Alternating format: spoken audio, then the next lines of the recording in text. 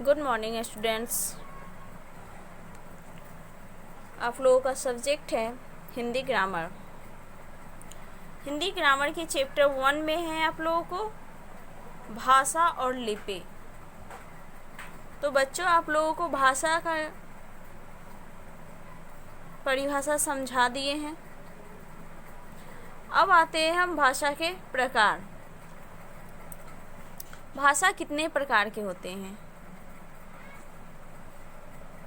भाषा 2 प्रकार के होते हैं।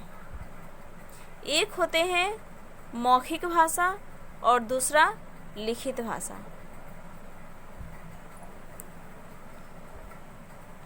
अब मौखिक भाषा क्या होते हैं? मौखिक भाषा किसे कहते हैं?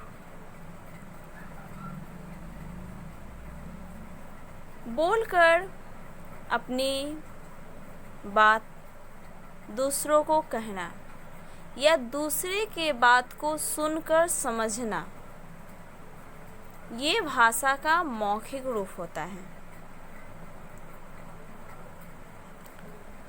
तो भाषा किसे कहते हैं? बोलकर अपने विचार दूसरों तक पहुंचाना और दूसरों के विचार को पढ़कर समझना मौखिक भाषा कहलाते हैं। दूसरा है लिखित भाषा। जो बात हम लोग लिख कर बताते हैं और आप लोग उसे पढ़कर समझते हैं, ये भाषा का लिखित रूप होता है।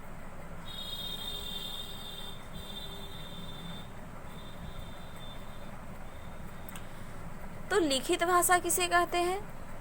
लिखकर अपनी बात बताना और पढ़कर समझना लिखित भाषा कहलाता है।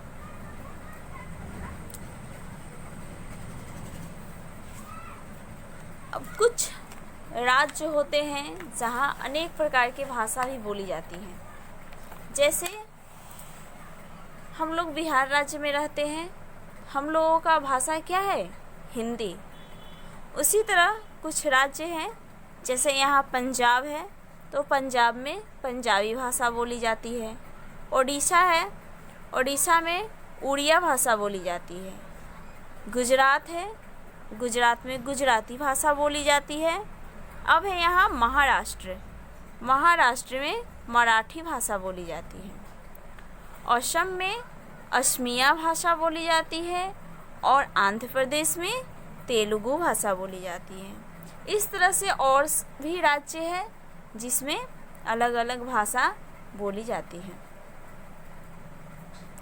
हम लोगों का राष्ट्रभाषा हिंदी है। तो आप मौखिक भाषा और लिखित भाषा समझ गए। हम लोगों को सिर्फ 2 भाषा पढ़ना होता है, एक मौखिक और दूसरा लिखित, लेकिन एक सांकेतिक भाषा भी होते हैं जो इशारों में बात किया जाता है। वो क्या है? सांकेतिक भाषा होते हैं।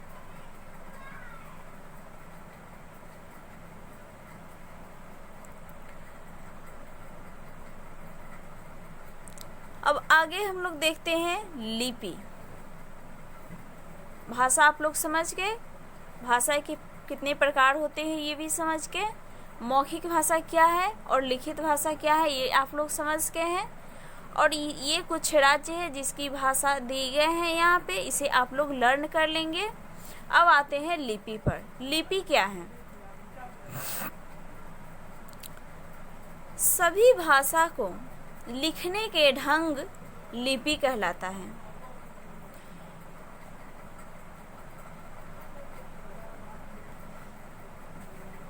जैसे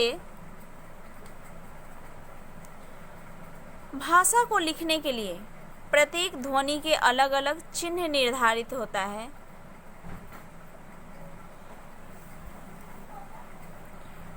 हम लोग यहाँ हिंदी भाषा पढ़ते हैं। हिंदी भाषा की लिपि क्या होती है?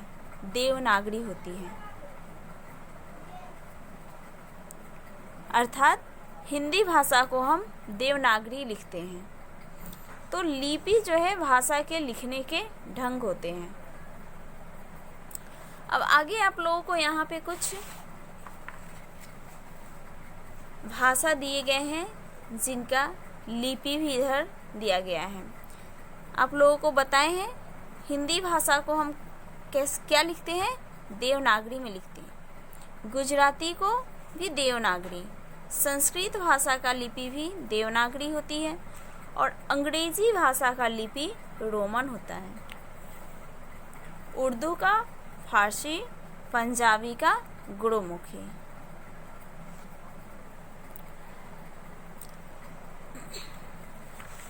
अब आप लोग को इससे जुड़ी कुछ क्वेश्चन है।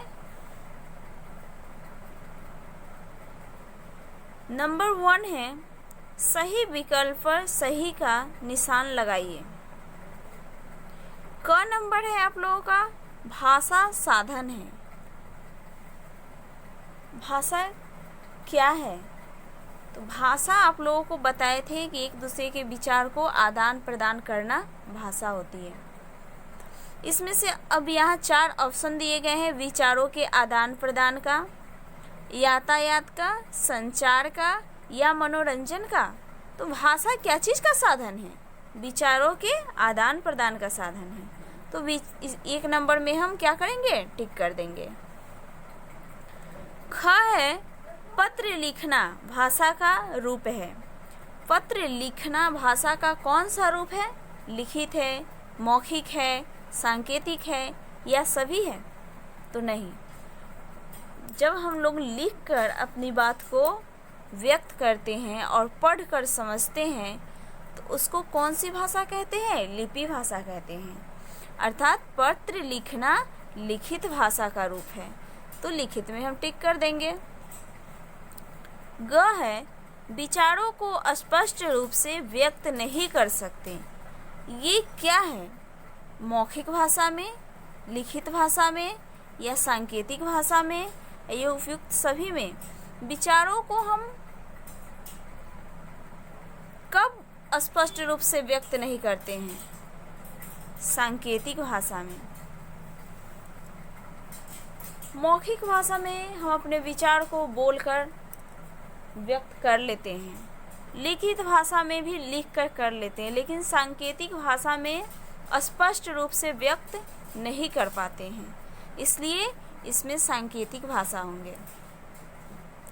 घ है, अंग्रेजी लिखी जाती है देवनागरी लिपि में, रोमन लिपि में, फारसी लिपि में या गुरुमुखी लिपि में। तो अभी हम आप लोगों को बताए हैं अंग्रेजी का लिपि क्या है? देवनागरी है, रोमन है। तो अंग्रेजी को किस लिपि में लिखी जाएगी?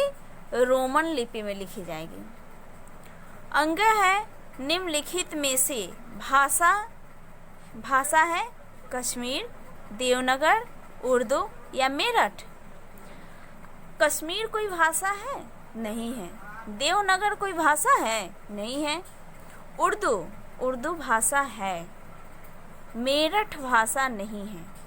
हर जगह पर अलग अलग भाषाएं बोली जाती हैं, लेकिन मराठी हो गया वो भाषा होती है, लेकिन यहाँ पे कश्मीर, देवनागरी, मेरठ कोई भाषा नहीं है। तो भाषा क्या है? उर्दू है। उर्दू में टिक कर देंगे।